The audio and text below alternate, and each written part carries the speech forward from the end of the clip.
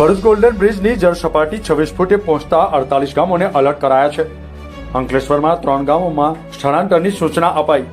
Bharuch golden બ્રિજની સપાટી 26.50 ફૂટે પહોંચતા જિલ્લાના 48 ગામોને અલર્ટ કરાયા છે। અંકલેશ્વરના 3 ગામોમાં સ્થળાંતરની સૂચના અપાઈ છે। અગાઉ 280 લોકોનું કરાયું હતું સ્થળાંતર। નર્મદા ડેમમાંથી 3.45 લાખ ક્યુસેક પાણી છોડાયું, જેના કારણે ભરૂચ નર્મદા નદી ગોલ્ડન બ્રિજની સપાટી 26.50 ફૂટે પહોંચી છે, જેના કારણે જિલ્લાના 48 ગામોને અલર્ટ કરવામાં આવ્યા છે અને અંકલેશ્વરના નદી કિનારે વસેલા ખાલપિયા, સરફુદ્દીન અને જૂના કાશિયાના ગામના લોકોનું સ્થળાંતર કરવા માટેની સૂચના વહીવટી તંત્ર દ્વારા આપવામાં આવી છે।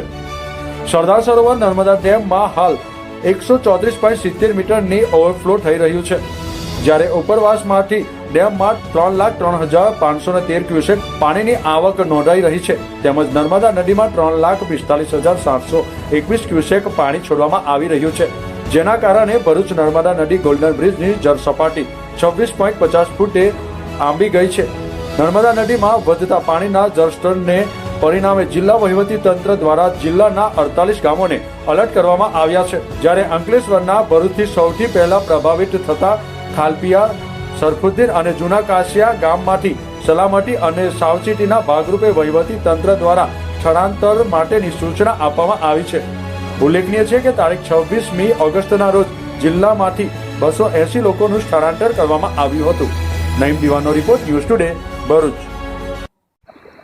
ઉપરવાસમાં ભારે વરસાદને કારણે સરદાર સરોવર ડેમમાંથી 3,45,000 ક્યુસેક જેટલું પાણી છોડવામાં આવ્યું છે, જેના પગલે ભરૂચ શહેરમાં ગોલ્ડન બ્રિજ ખાતે નર્મદા નદીની સપાટી 26 ફૂટ જેટલી વહી રહી છે, જેના પગલે નીચાણવાળા વિસ્તારમાંથી 200 જેટલા લોકોને અગાઉ સૂચના આપી તેમની ઘરવખરી પશુપાલન જે કરતા હોય તેઓના પશુ સાથે તેઓને સ્થળાંતર કરી રેસ્ક્યુ સેન્ટર ખાતે હાલમાં રાખેલા છે। તેઓને રહેવા ખાવાની સંપૂર્ણ તંત્ર દ્વારા વ્યવસ્થા કરવામાં આવી છે। ભરૂચ નગરપાલિકાના ચૂંટાયેલા સભ્યો, પદાધિકારી, સંપૂર્ણ અધિકારી, વહીવટી તંત્રના સંપૂર્ણ તમામ અધિકારી, પોલીસ વહીવટી તંત્રનું સજ્જ બન્યું છે, તેમજ હાલમાં પરિસ્થિતિ કાબૂમાં છે। હાલમાં કોઈ પણ જગ્યાએ કોઈ પણ પ્રકારની પાણી ભરાવાના કોઈ પ્રશ્ન નથી, તેમજ કોઈ જગ્યાએ રેસ્ક્યુ કરવાની પરિસ્થિતિ પણ ઉદ્ભવી નથી।